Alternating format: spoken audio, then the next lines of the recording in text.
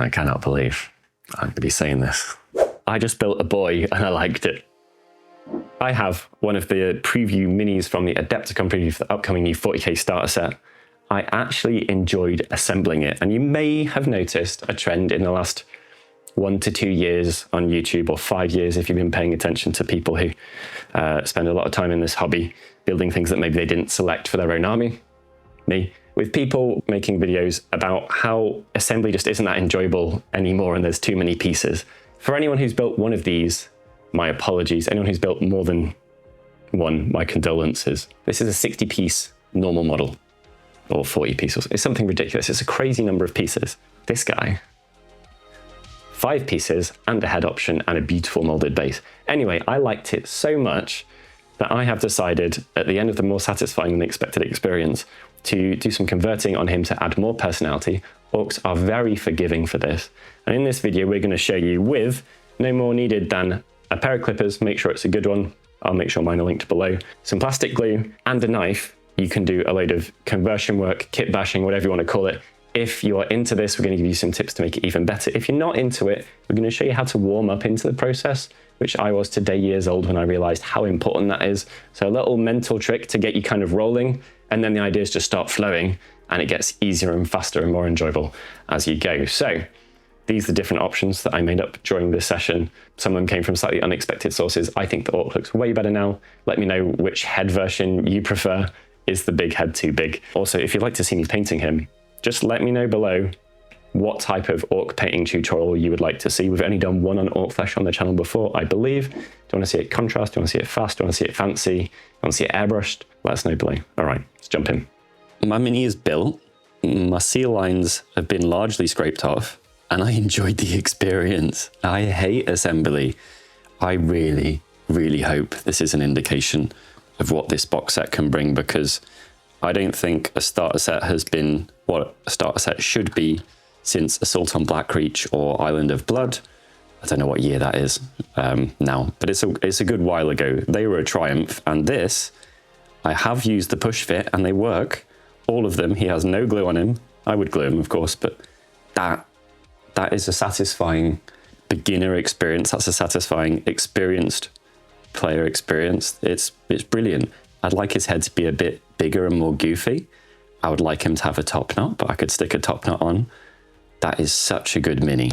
I really just want to take a moment to appreciate that is a wonderful user experience. So there's a gap here, but it could conceivably be a gap between 2 metal shoulder plates, so I think that's all right. The only place where, again, there would be a skin fold, that there's a noticeable gap that is maybe a problem, is between his shoulder and his pec. I need to take that tab off his chin, but that's wonderful. I love the pose. His chopper could be bigger and more goofy as well, but I think that's an amazing model. I really, really hope that all the Orks are this outstanding, because that Ork Warboss from Assault on Blackreach is one of the best things Games Workshop's ever done in my experience. Model appearing now, so yeah, I know that was a bit of a sidetrack, but all I have remaining to do on this guy is to mark these to drill out his barrels. Check out our drilling video if you need to. And we've also got a trick in that if you don't want to drill them out, if you want to paint them to make them look like they're drilled out. There is a very sneaky way. What I'm going to do though is I'm just going to drill out these barrels. I may actually glue him together. That is an outstanding model. That's so good. And I'm going to go and find him a top knot. Why not? Okay, so we found a top knot. It's from a Savage Ork kit. It's quite big, but that's not a problem. When you are about to do some converting or kit bashing, I think it is a very good idea to warm up. And one of the best ways to do that is just to look through your bits box. You don't have to have a plan. You don't have to know exactly what you're going to do. You can go in completely blind and just see where your modeling takes you. That's pretty much what I did here. I knew about the top knot. I didn't know anything else. And as I played around with the head and the angle and did dry fitting, I got more of an idea for what I thought the personality of this Ork might be. And I think that's really important. You think about, you know, where has this model come from? Where is he fighting? Does he like collecting stuff? I've thought about the flow and the silhouette of the model very carefully. So his weapon's pointing in one direction now, his top knot is blowing in that direction. when I add something else, you'll see that I've tried to keep the flow of the wind literally going in the same direction. Here he is. You'll notice that on the weapon, at the base of it, I've put a little bit of Space Marine trinketry that he's collected. And carrying on with that in mind, I like to think of this guy as a collector of trophies. He may be at war and he may have collected them from war, but I like the idea that some are from the natural world. So using the end of a brush with some blue tack on it, I am just hanging this Space Wolf tail around to see where it makes sense. Scraping off a little bit of the primer to make sure that I can get a better bond. And I'm pretty much decided at this point that's where it's going to go. I was going to give him that Space Wolf trinket that I put on the gun as an earring, and I pussied out at the last minute, but I think I should have done it in retrospect. It looked very, very cool. And the asymmetry of it was really pleasing, but I'm also very pleased with how the top knot ended up. So even if you do have sausage fingers, it's important to make your own tools and try and just guess whether it's going to work. If it looks 80% successful, the moment it's got paint on it and it's all in the same primer even, it will look more cohesive. And the bad guys are forgiving, so I would encourage all Ork players out there, people buying Armageddon, to happily and readily take this approach and play around with the Orks to your heart's content. They don't have to be symmetrical, they're not Eldar. Changing their silhouette to make them more spiky is never going to be a bad thing in my opinion. And for all of you who have mourned the passing of John Blanche and his wonderful artwork, I think we can take a little bit of a more free and creative approach to the hobby if we are to take anything from all the wonderful pictures that have been shared since his passing. A lot of people just shared pictures of him painting at a kitchen table, and his artwork was so beautiful and characterful. We should all be more happy to add whatever we like to our minis. Orks especially the Orks. Sausage fingers are making it harder. Dry fitting's really useful, but letting your glue get tacky can really help too. And there we go. Turned out really well. Check out that silhouette. Everything's flowing in the same direction. So, as is always the way after these things, here was our first head. Here was our optional head, which is the one with the eye patch, which is excellent. And I really wanted a feather. So the moment I had glued that on in a way that I don't want to pull off because it's just asking for trouble, I remembered where I'd seen feathers recently, and that is here. So this is Pete the Wargamer's Dead Animal Bits. He just done a second one, Sorcerer Spoils, which is really, really cool. Absolutely love the cauldron. Look, feathers. Feathers. So I'll make sure these are linked below. Really cool. They are plastic, and plastic is a big deal. So here we go, feathers.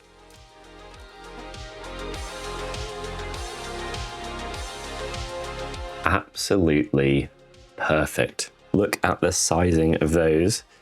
That is, I mean, I can do a blue tack on a paintbrush dry fit, but I think that's going to be perfect. Maybe even the 3.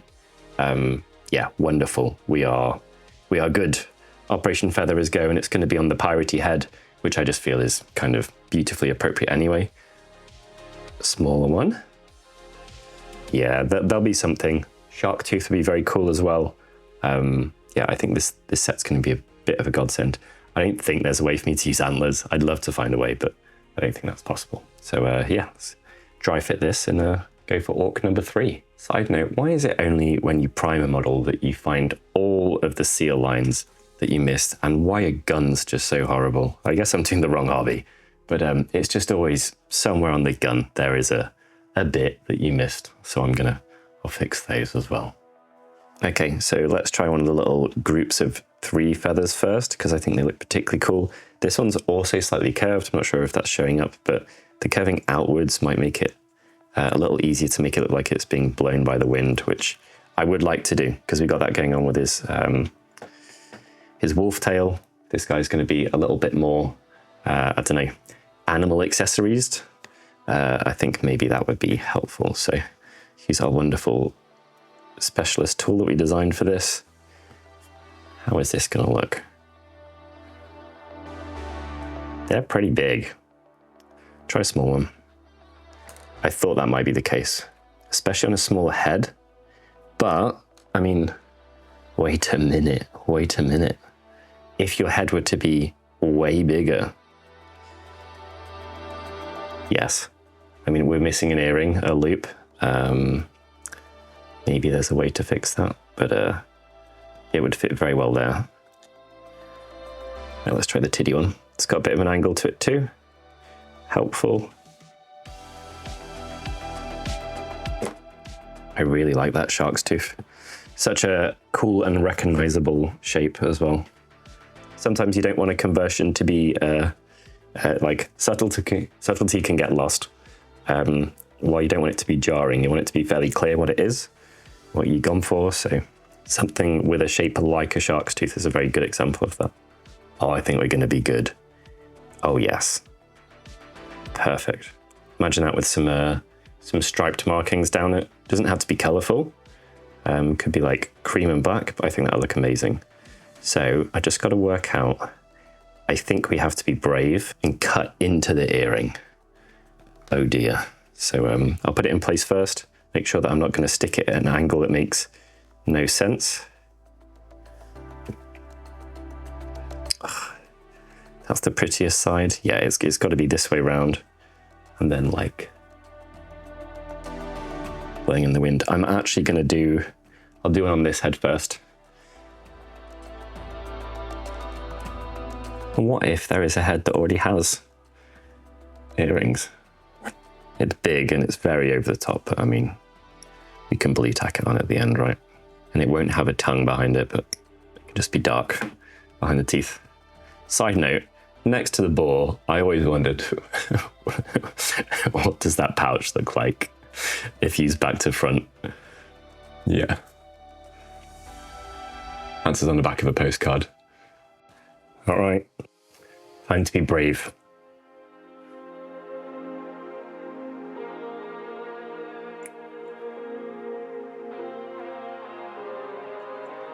It only needs to look good from the front. Let's give ourselves half a chance.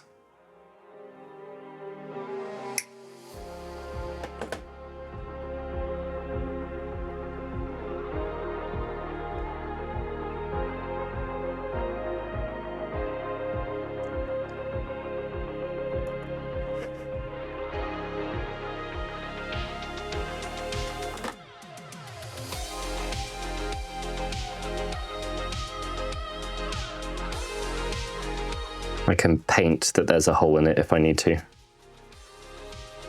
Just like our barrels trick.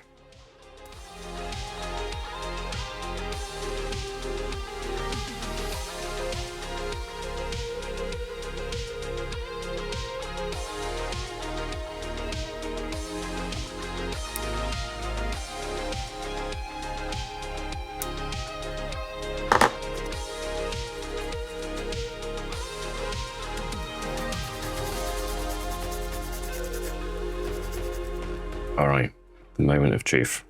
I can't think of a better way to do this, really. This is a very thin blade.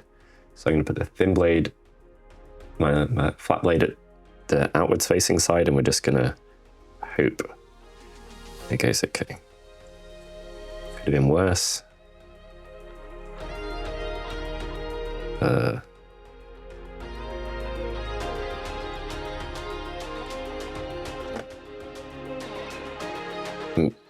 Answers on a postcard. What would have been a better way to make a little hollow in this ring?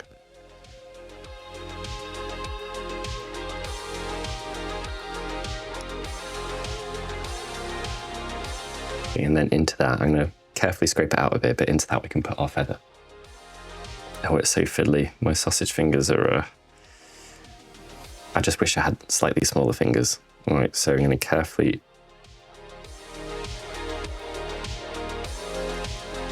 I think that went pretty well, actually. Will this now? Moment of truth. Yes, it will. Gonna be good. Always find when you need a small glue application. I don't want to use Tamiya extra thin for this because it'll run too much, so I'm gonna dab onto that with a feather. Make sure I don't get too much, and then I'm gonna put it in. So a little bit back, a little bit front, then we'll let gravity help us.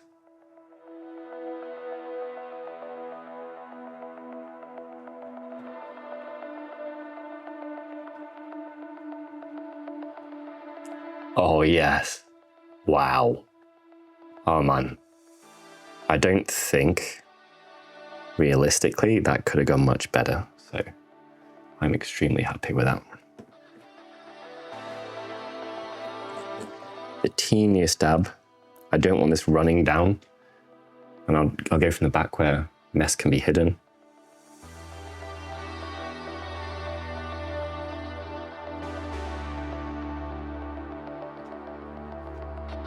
Oh yeah, I'm so happy with that. Pete, thank you for your bits. Now we've got two things to do on this guy. Number one, I'm not sure if you can see, probably can just about, but that tooth was pressing into the front of my goodie box that I was given and has just been, it looks unnatural. So that needs fixing. Unfortunately, it's not got a spike. I think the best thing we can do is cut it off at an angle that looks like it would break at. Unfortunately, I can't make it look like the classic WoW artwork. And hollow, I don't think.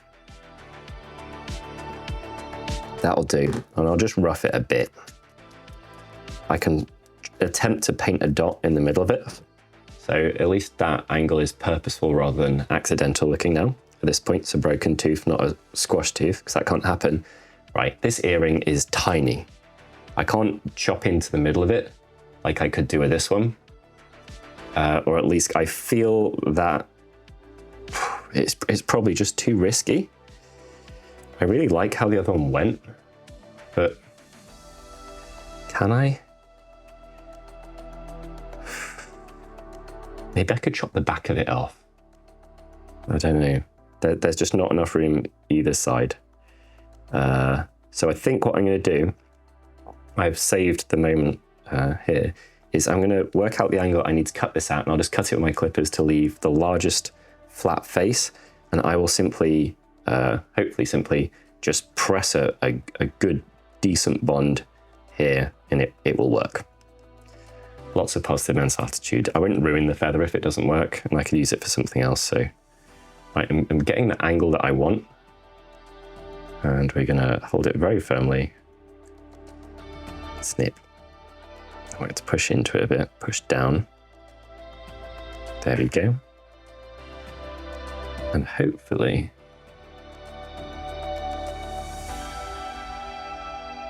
there we go. All right, so same strats again. What I'm going to do is I'm going to dab the tube. I'm going to dab a little bit of plastic glue onto it first.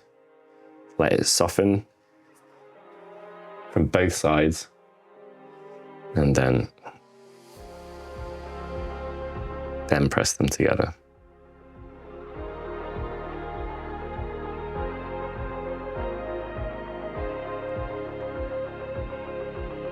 Okay. 3, 2, 1.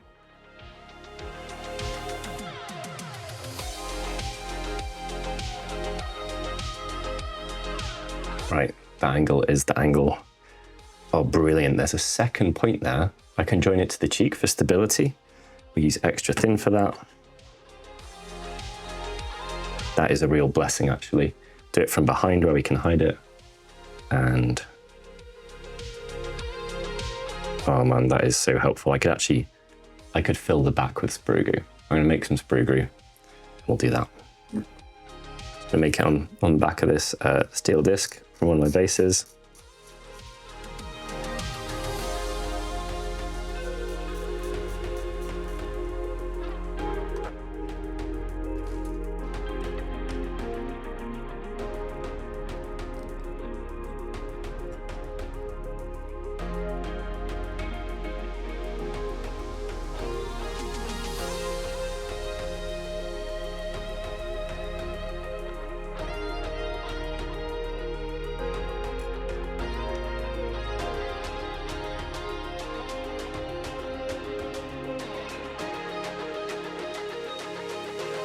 Way better.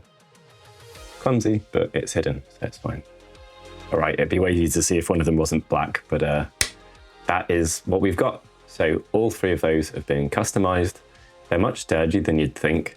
This one, obviously, you don't want to knock it, but the bond is stronger than you would imagine. And yeah, all of them have got just that little bit more personality to them, and all of them have got that same swoopy movement where it looks like something's blowing that way or it's twisting its head or whatever. And given that we have a tassel being blown in that direction, I think that should work really well. All right, I think somehow with the feathers on, the head looks less too big, maybe, question mark. Thoughts on the back of a postcard. Show the other options. I think this one might turn out to be the winner. Won't press it all the way in, but yeah, look at that. Like a jungle look. I know it's Armageddon, but yeah. All right, we're done. So 3 very different heads, very different looks. All of them looks quite punky. Get on adding jewelry to your orcs. I even played further and put some bone earrings through some that are showing on screen now. Experiment, have a nice time and have a play with it. Again, just to mention it, it's a real shame to hear about the sad passing of John Blanche, who created the world of Warhammer as we know it, and his influence is all over it. I'm sure many of you were welcomed into the hobby via favourite pieces of his. There's some of them on screen now, and yeah, there's more qualified and educated people than me making some wonderful content about the influence he had so far, but one of the main things that I like to take from it is just that it's so wonderful seeing him enjoying the hobby at the table with people and painting at kitchen tables and stuff like that, and his kind of carefree and joyous attitude towards the hobby is something that we could all take great influence from, and many an orc could be proud of. So yeah, wishes to him and his family, and what an influence he had. We wouldn't be here without him.